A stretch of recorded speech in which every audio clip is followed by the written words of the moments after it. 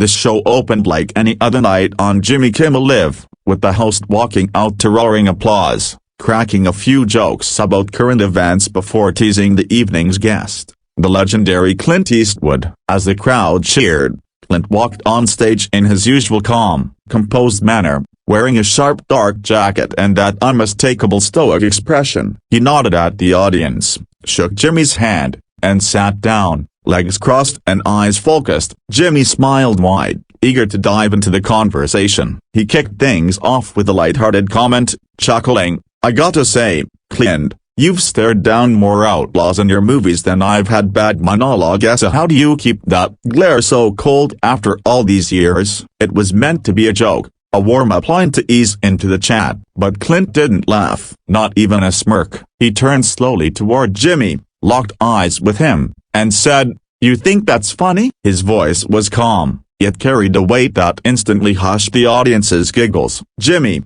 slightly thrown off but still smiling, replied, "Well, yeah, I mean it's just a joke, you know, classic Eastwood-style." Broken bar. Clint leaned forward slightly and said, "I'm not here to be your punchline." There was an awkward silence, just long enough to feel uncomfortable. Jimmy attempted to lighten the mood again, adding, "Come on, Clint, we're just having a little fun here. The audience loves a bit of banter." Clint's jaw tightened. "I didn't come here for banter. I came here to talk about my work." The audience, sensing the tension, gave scattered nervous laughs, unsure if this was part of the act. Jimmy adjusted in his seat, his grin faltering as he glanced at the producers off stage. Clint remained still, his face unreadable. Jimmy cleared his throat and tried to pivot the conversation, but the tension hung thick in the air. Trying to regain control of the interview after the uneasy start, Jimmy shifted in his chair and smiled wider than before,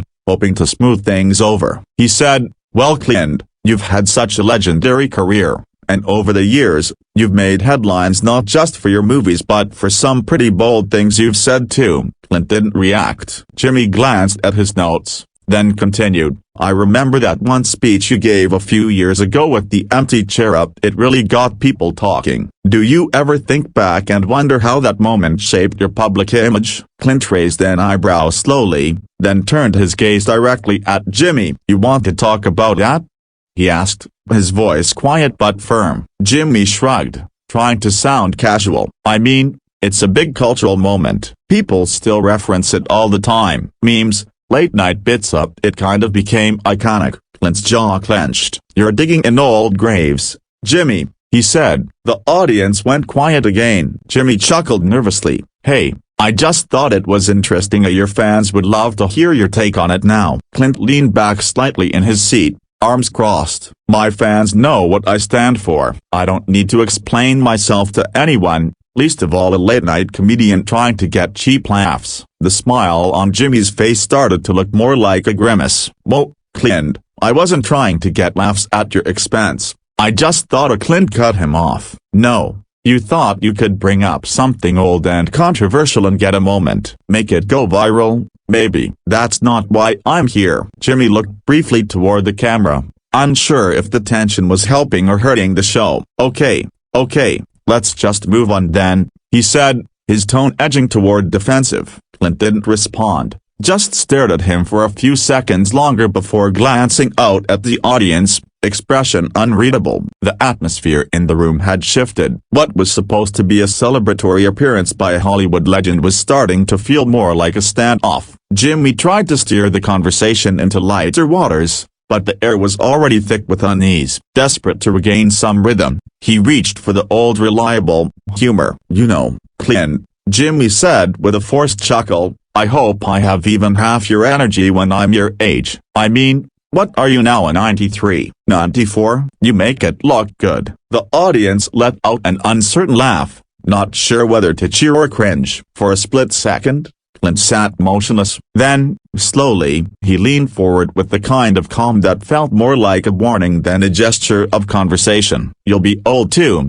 Clint said coldly, his voice cutting through the studio like a knife, "if you make it that far." The crowd gasped, the sound echoing louder than any applause had so far. Jimmy blinked, clearly caught off guard. "Okay," he said, trying to diffuse the tension with a laugh that didn't land. I walked into that one. Huh? But Clint wasn't smiling. He tilted his head slightly and continued, "You brought me here as a guest, not as a target. There's a difference. You want to joke about age? Go look in the mirror first." The studio audience was dead silent. No chuckles, no movement. The tension was now fully visible on Jimmy's face. He raised his hands slightly in mock surrender. "All right, Clint, all right. I didn't mean anything by it. I swear. We're just having fun. This is what we do on this show." Clint stared him down for another long beat, his eyes fixed, then leaned back in his chair and said, "Some people don't know when fun turns into disrespect." Jimmy,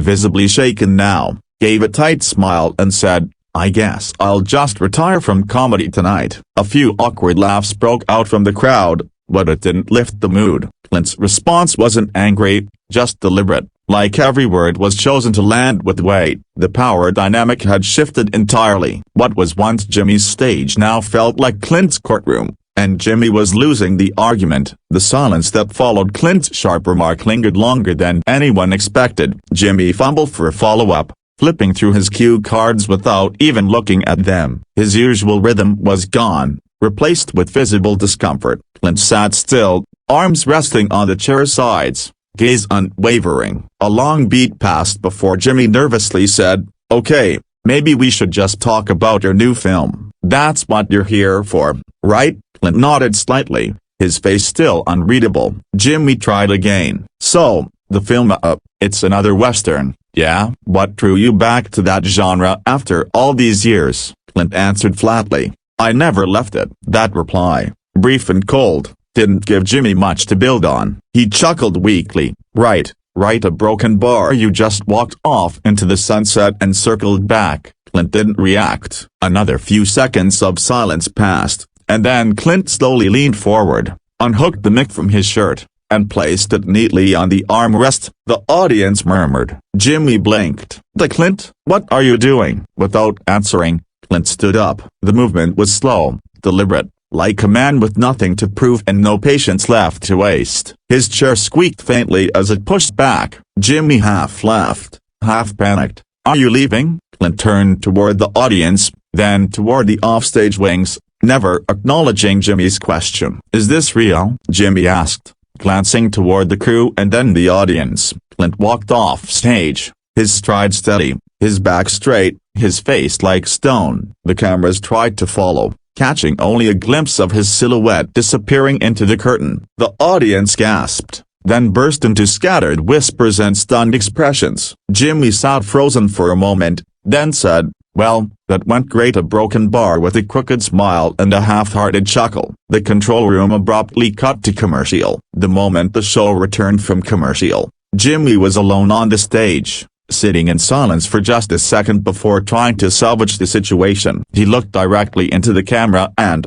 with a shaky laugh, said, "So broken bar Clint Eastwood, everybody." There was a pause. No applause, just a strange, awkward stillness. Jimmy cleared his throat and added, "Well, that was a broken bar, one for the books." He reached for his mug, took a sip, and forced a smile. "I guess we all just witnessed the most intense moment in late-night history." The audience gave a few hesitant laughs, still unsure if the walk-off had been real or part of some elaborate bit. Jimmy, sensing the uncertainty, tried to regain his usual tone. "Honestly, we've had some walk-offs before. Well, not really, but we've had weird moments about that. A broken bar, that was something else. Clint doesn't play by anyone's rules, even mine." He laughed, but it felt hollow. There was no recovering the upbeat vibe the show normally thrived on. "For those of you just tuning in," Jimmy added, trying to regroup, "Clint Eastwood was just here. He came, he sat down,